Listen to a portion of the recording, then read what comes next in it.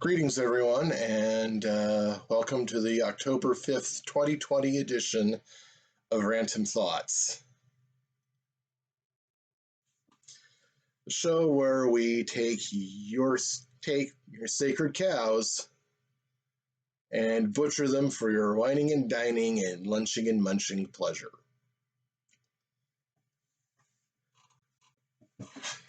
Okay, a few weeks ago when I did that video on armed neutrality, you might have noticed that I choked a little bit on the word inadequate.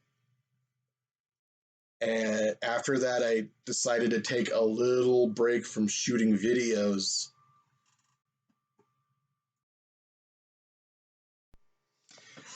Yeah, that was because I lost a tooth a couple of days before that. So I was still in the process of relearning how to speak, relearning how to put the tongue in the right place to make the sounds that I want my mouth to make. So, as a quality control measure, I took a little bit of a break so I could get used to the inside of my mouth feeling a little bit different. Yeah. Not freaking out about it too much. It's a sign of aging, you know. I mean, it's yeah. I mean, by the time I'm 50, this up here on the top will be gone. I'll probably be a little bit bigger down here. You know, I'm already thinking I might need reading glasses because whenever I'm reading a magazine or something, and if it's like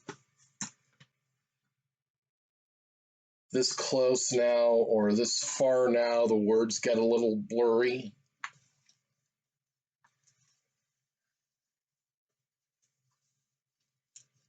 It happens. It happens.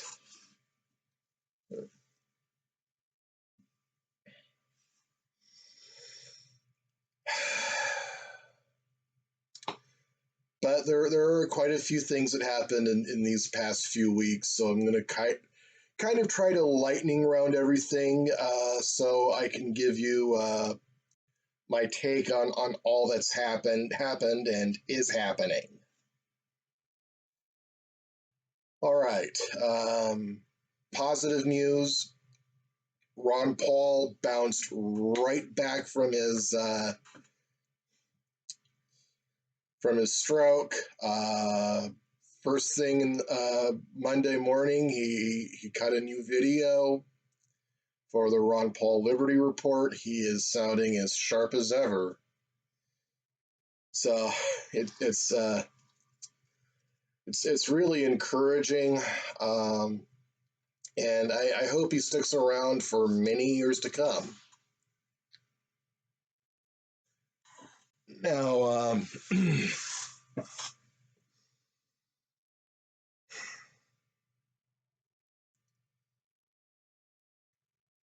all right.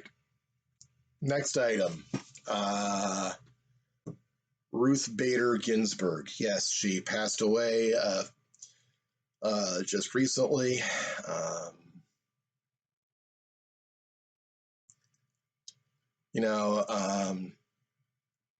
I'm not going to dance on her grave. I don't want to be like the right-wing version of the sort of people who prematurely danced on Dr. Paul's grave when he was still in the hospital, and people who are celebrating, President Trump's COVID diagnosis and calling it karma.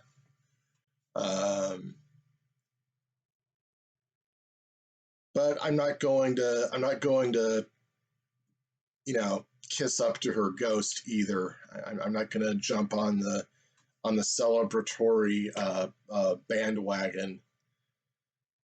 She because to put it as gently as I know how, she was an intellectually dishonest enemy of the Constitution and limited government, and her whole jurisprudence resulted in a net loss for human liberty. So there really isn't anything there to celebrate or laud. You know, I mean, yeah, you can say she fought for what she believed in, but here's the problem with that. That's the opposite of what a Supreme Court justice ought to be doing.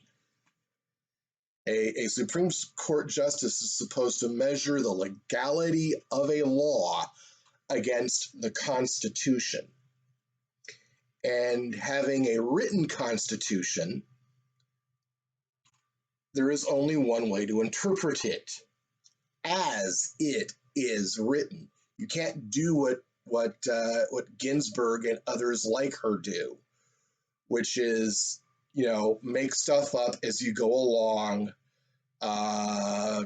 ignore the written Constitution and just use case precedent and jurisprudence from other countries to inform your decision, and then just color it all with your personal feelings and opinions.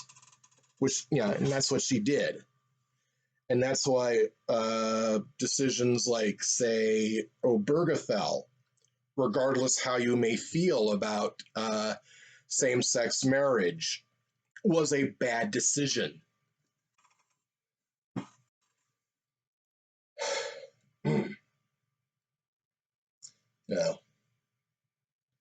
And if I may digress a little about why we have a written constitution, it's because the men who founded this country fought a war against a government that had an unwritten constitution which enabled king and parliament to do whatever they wanted. That's why we have a written constitution, because the men who founded this country did not want us just simply making stuff up as we went along. Also, I should say that the Supreme Court isn't as supreme as the school system has led us to believe. Congress has muscle in Article 3 that they can flex and utilize to curb their power. For instance, if they really wanted to, they could pass the Defense of Marriage Act with the rider attached, not for judicial review. It's a simple remedy. That's what Ron Paul tried to do with his Sanctity of Life Act. It was to prevent it was to basically nullify Roe versus Wade, which, like Obergefell, was a bad decision with no basis at all in the Constitution. The man who wrote that opinion, the man who wrote that opinion didn't want to have to fly his daughter out to Europe to get her abortions. That's why he voted the way he did on that, and why he wrote that opinion.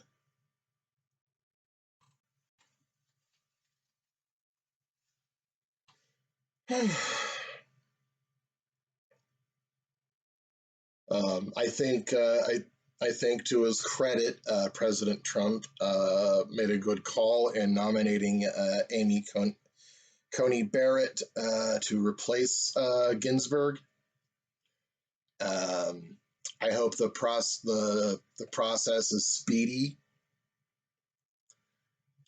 He is well, despite the deathbed wishes of RBG. There is no deathbed wish clause in the United States Constitution. He is well within his rights to appoint a replacement, and the Senate is well within their rights to confirm her. And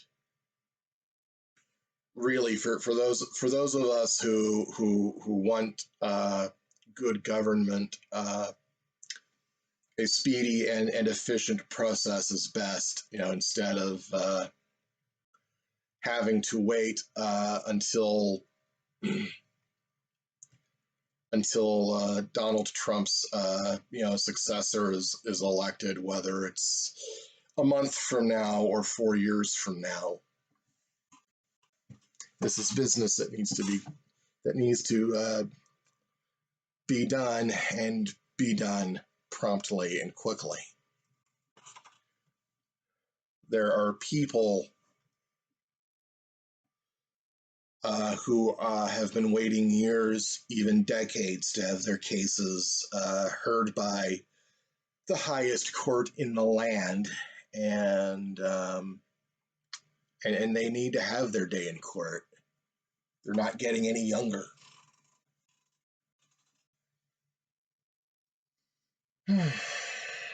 The debate.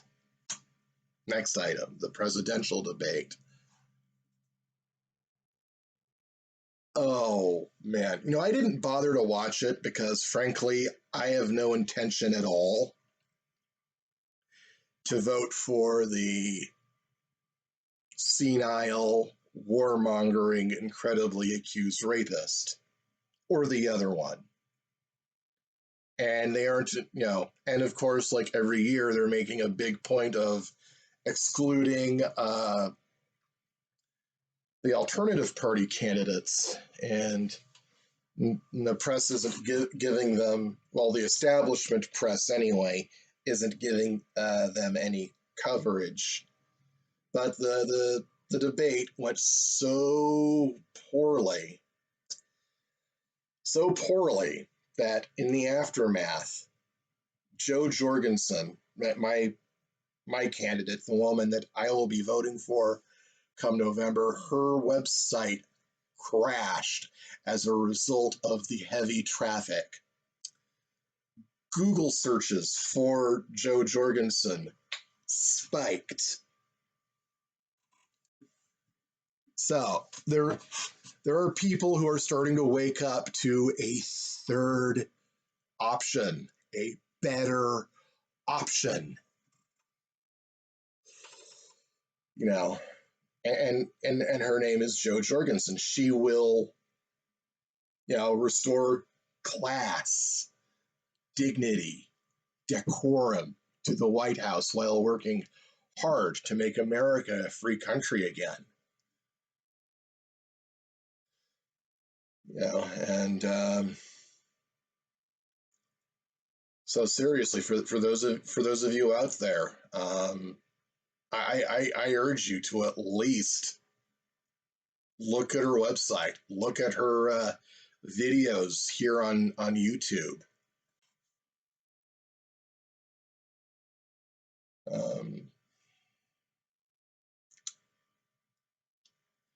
Donald Trump, of course, right after the debate, got diagnosed with the coronavirus. Him and the First Lady and a number of people in his administration.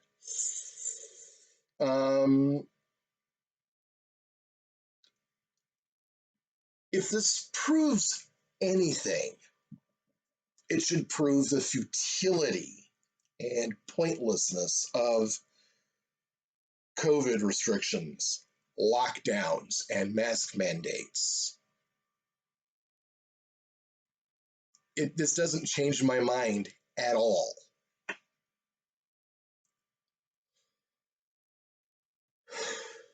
It doesn't.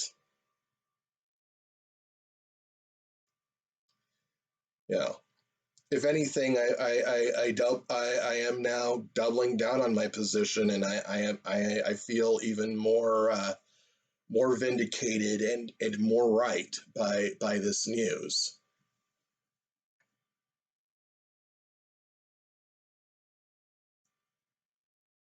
Yeah. And another thing I really want to make clear is that the health and well-being of the president of the United States is not a political issue. Yes, I detest the man. Yes, I plan on voting for someone else in November. I think he's got to go, but I don't wish death or disease or harm uh, to come to the president, because I still have respect for the office.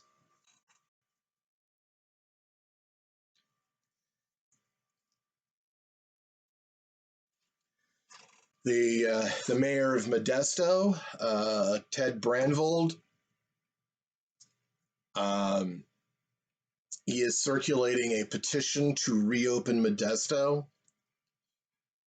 I am, even though I live in an unincorporated part of town and am unable to vote in municipal elections, I've reached out to his campaign and offered my assistance in any way possible.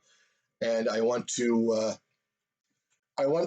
get the reopen movement here in Modesto talking with the Mises Caucus, and that's something I would really love to do, because there is a tremendous outreach potential for the Mises Caucus in the reopen movement. And so I'm going to try to use Modesto's reopen movement here locally as kind of a testing board for this. And you'll hear more about it as results materialize.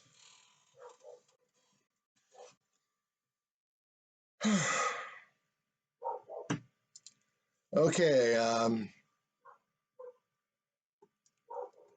Yeah, neighbors' dogs, not mine. Before I go, product review.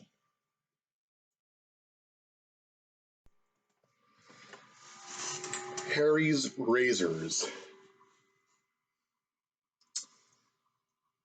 You've got 5 blades here, and a 6th blade here that runs along the head, so I can get the. Sometimes I'll miss a couple whiskers underneath my nostrils, which will make me look a little bit weird if I haven't shaved for a couple of days. But this is an amazing piece of shaving technology here. I mean, this is the best razor I have ever used. Even if I haven't shaved for 3 or 4 days, I could use this and feel as smooth as a baby's bottom after I'm done. I mean, this, you know, I mean, I could skip a week shaving, use this, and look like $1,000,000. So yeah, it's a wonderful bit of technology there, um,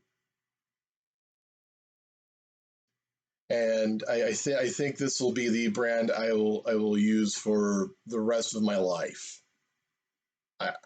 You know, even if I end up perpetually broke, this is what I'm going to keep on using.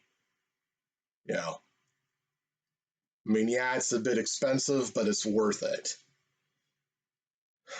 Yeah. All right. So this is Charles Bird signing off.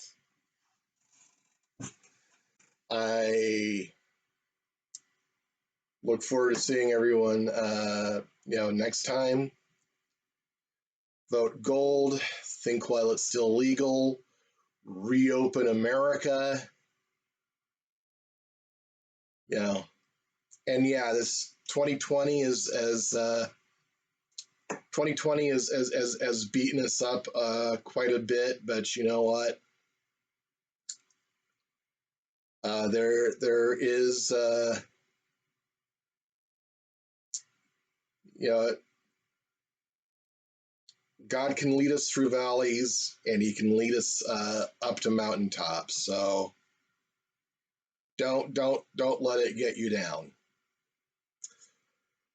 All right, I'll see you next time.